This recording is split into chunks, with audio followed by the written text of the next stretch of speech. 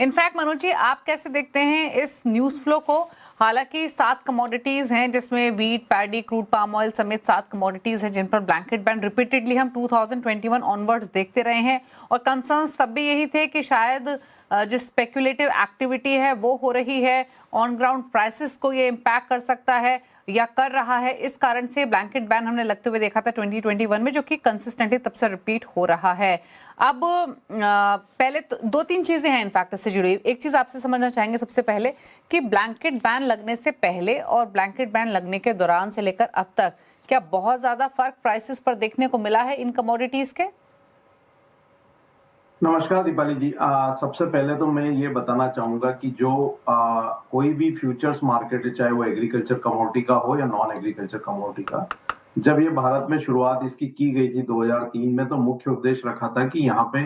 Fair price discovery और price risk management, तो काफी हद तक ये चीजें जो है इलेक्ट्रॉनिक मार्केट एड्रेस करता है। और इसकी रिक्वायरमेंट इसलिए भी जरूरी है कि जब हम यहाँ पे 5 ट्रिलियन की इकोनॉमी है और आगे हम विकसित भारत बनने की बात कर रहे हैं, तो ये तभी संभव है कि जो एंटायर वैल्यू चेन पार्टिसिपेंट है उसको कहीं ना कहीं वहां पे उसकी रिस्क को हेज करने का कोई मैकेनिज्म यहाँ पे सरकार की तरफ से रेगुलेटरी वे में मिले। और वह यहाँ पे इलेक्ट्रॉनिक एक्सचेंजेस जो है उसको काफी बड़ी मात्रा में एड्रेस करते हैं। 2021 में जब हमने देखा कि वहां पे ब्लैंकेट बैन जो है गवर्नमेंट की तरफ से काफी सारी एग्रीकल्चर कमोडिटीज के ऊपर लगाई गई, तो वहां पे मुख्य जो है यहाँ पे ये कारण बताया गया कि एक स्पेकुलेटिव एक्टिविटी है, और वहां पे हमने सट्टेबाजी और इन्फ्लेशन को ध्यान में रखते हुए ऐसा कदम उठाया है।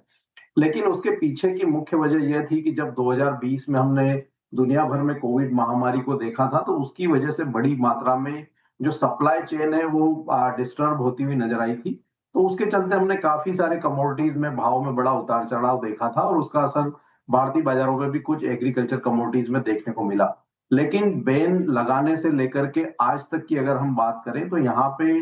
बैन जिस पर्पज से लगाया गया था वो कोई पर्पज यहाँ पे हल होता हुआ नजर नहीं आया। और बैन के बाद हमने देखा कि बैन लगाने की इमीडिएट बाद भी काफी सारी कमोडिटीज ऊपरी स्तरों पर बनी रही। लेकिन जैसे जैसे जो सप्लाई चेन जो बाधित हुई थी वो वापस से रीस्टोर होना शुरू हुई, तो उसके बाद से हमने देखा कि जो कमोडिटीज के जो भाव हैं वो वापस निचले स्तरों पर आते हुए नजर आए। इसका एक बड़ा जो इफेक्ट ओवरऑल वैल्यू चेन पर यह पड़ता हुआ नजर आया दीपाली जी, की यहाँ पे जो रिस्क मैनेजमेंट का जो मैकेनिज्म हुआ करता था वो जब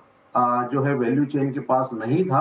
तो उसके चलते ओवरऑल जो मार्केट पार्टिसिपेंट्स हैं वो उनको बड़ी बड़ी मात्रा में लॉस उठाना पड़ा। और कई इंडस्ट्रीज जो है वो अपने हम कह सकते हैं कि रॉ मटेरियल को हेज नहीं कर पाई, या जो प्रोक्योरमेंट उनको करना रहता था तो उसके लिए उनके पास कोई मैकेनिज्म नहीं था। तो हमारा मानना है कि ये सारी चीजें इस रिपोर्ट में सेबी के द्वारा एड्रेस की गई होगी, और उसी को दृष्टिगत रखते हुए हमारा मानना है कि भारत सरकार जो ये बैन लगाए गए थे कमोडिटीज के ऊपर उसको यहाँ पे लिफ्ट करती हुई नजर आएगी। दीपाली।